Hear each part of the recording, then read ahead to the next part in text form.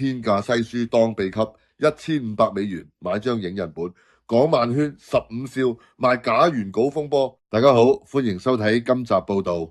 買心頭好，最怕就係遇到貨不對辦，仲要俾人當係水魚咁。最近喺香港漫畫人嘅圈子入面，就爆出一單極具爭議性嘅假原稿風波，真係聽到人都火滾嘅。話說有一位活躍喺漫畫圈，人稱15少嘅創作者，早前推出咗一本被網民戲稱為天價西書嘅刊物《轟龍虎》。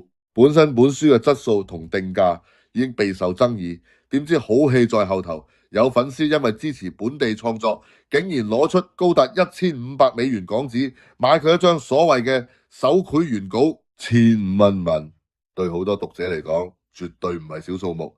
點知買家滿心歡喜攞到手之後一睇，哇，真係差啲暈低。原來呢張所謂嘅原稿被踢爆，根本就唔係一筆一畫由零開始畫出嚟嘅心血結晶，而係懷疑用電腦畫完 print 出嚟之後，再喺上面草草加幾筆加工嘅數碼列印件。大家要知道，原稿最值錢嘅地方就係嗰種唯一性，有鉛筆壓痕，有擦膠擦過嘅痕跡，有塗白液嘅厚度。依家你攞張 printer 印出嚟嘅紙喺上面畫多2筆，就當係純手繪原稿賣成1500蚊。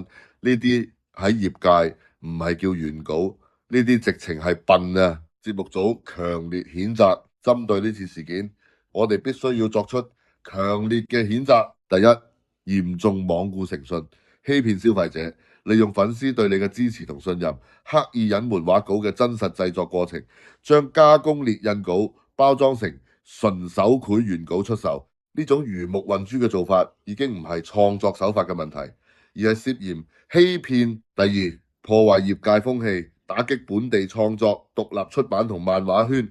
最講求就係創作者同讀者之間嘅熱情與互信。你為咗一時嘅暴利，當支持你嘅讀者係提款機，搞壞個規矩，以後仲有邊個敢真金白銀去支持本地漫畫家？